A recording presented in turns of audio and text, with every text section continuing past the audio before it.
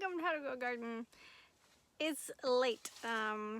We're getting really close to November. In fact, Samhain is about to happen in a few days.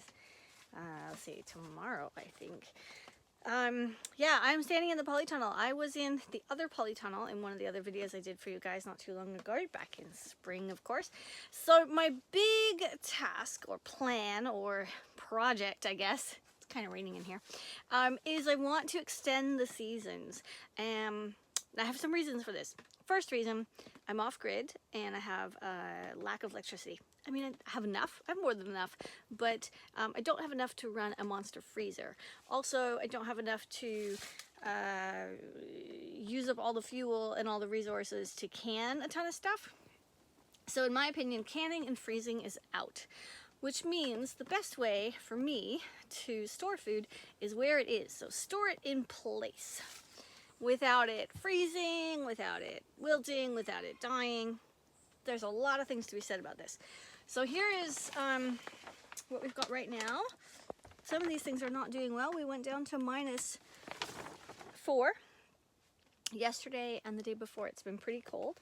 So the first thing I'm going to do is figure out which plants want to or can survive the cold. This polytunnel is a good example of things that will not survive the cold, but yeah. So at -4, we got a little bit of frost, and that super sucks because I wanted to take these babies inside. I hope they come back. However, the celery is okay. The spinach, the lettuce seems happy. The tomatoes are not happy at all, and they all need to move their bums to the house. The basil got a good toasting. The beets look happy. Swiss chard is very happy. Another sad tomato. What else is in here? These are leeks. They're looking quite good. Kale, obviously, very happy. This is all lettuce I just planted out a few days ago. That's another, is that a broccoli right here? I think that's a broccoli.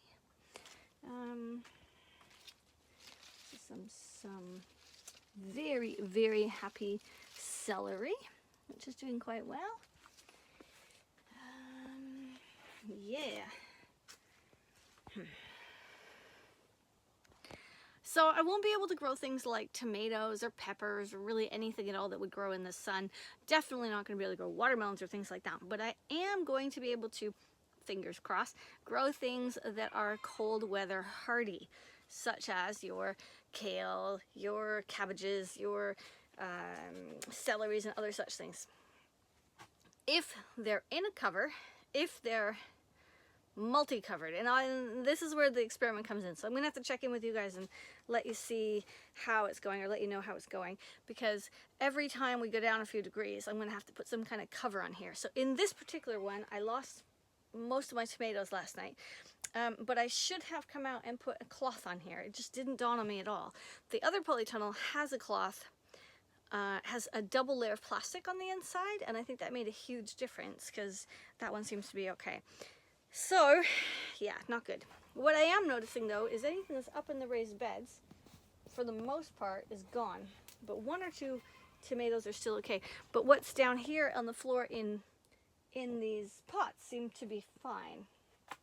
And by that I mean the tops are no good, but the bottoms are still okay. So they might bounce back a little bit as it warms up, but I'm going to take them in the house regardless and see how it goes. There's a little tomato flower there.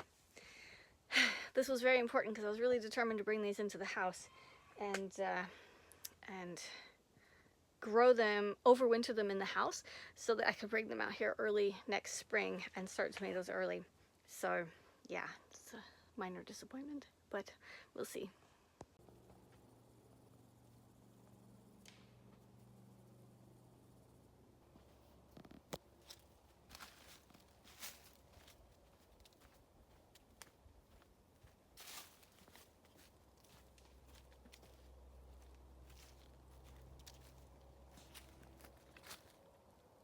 I know.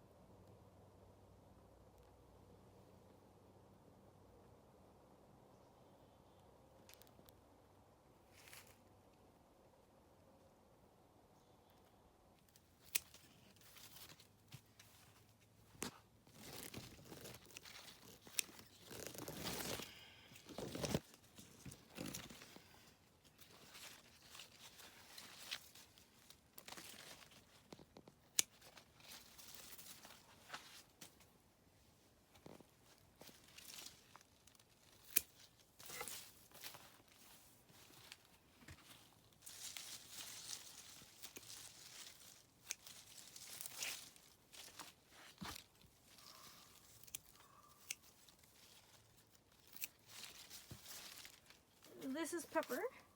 These need to come in the house. These parts are pretty sturdy, but they definitely need to come in the house soon. And that's rosemary. And those are more peppers. And those are more peppers. So they all go in the house to overwinter. And they're just going to look like that all winter long. And then hopefully we'll bring them out nice and early in the spring. Put them in here again. And they might be okay. And this one, it's pretty frostbitten, but I think if I'm gonna trim it back, that part looks okay. So we'll take that into the house. And this one as well. Okay, that looks pretty brutal, but here, let's take that off too. It'll come back. Doesn't actually need the flowers, but they're really nifty little flowers. This is a unique kind of tomato. I mean, I need to go back and look it up because I don't remember what anything's called. It's too much work. I try to keep it all labeled when it's in the trays, but once it gets into the garden, trying to put labels in them, it's just impossible. Maybe if I did clamps or something on the sides, but then they would fall off, and yeah, it doesn't work. This guy got a little toasty, but this stuff I'll just take inside and put into today's stew, so that's not so bad. And I think if it's going to get any colder, which it won't get too cold this week, I think this week's going to be nice and warm, but after that I'm going to have to put a sheet on top of everything, and then we'll see. I don't know, it's all a giant experiment. Let's see how many sheets or plastic or bubble wrap or whatever we have and we can layer into here, because what we want to do is just keep everything in stasis, not necessarily in growing mode. Although there is a lot of lettuce in here. It's really pretty. Now that I cut out all the tomatoes, you can really see how much lettuce is in here.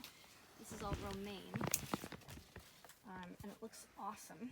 And it is a cool weather plant, so fingers crossed, I should be able to harvest for at least another month, which is really all I'm trying to do.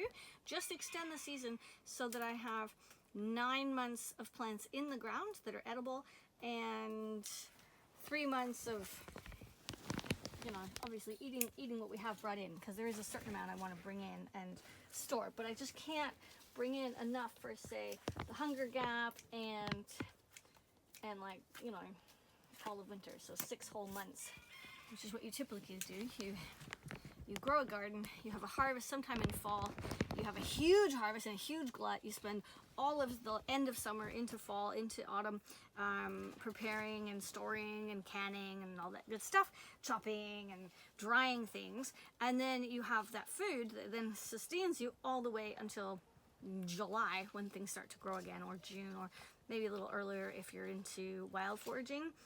So grabbing things from the land outside, like dandelions and things like that, or what's another good one?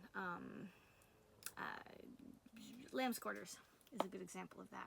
Things you can grow that you can eat that just grows naturally. So yeah, I want to just be able to come out here and grow, and more importantly, when this dies, hopefully not for another month. So let's say, well, 2, I guess. What did I want? The end of December, right? 21st of December, that's what I'm after. So the beginning of winter, and then we'll have nothing in here for all of winter, and then starting in spring, we'll have already started our seedlings. We'll bring them in here using manure underneath to create some heat, putting the seedlings right into the ground, and yeah, let's see how that goes. Maybe we'll have stuff right away. I'm Scarlett, thanks for watching, and I'll see you in the next episode. Toodaloo!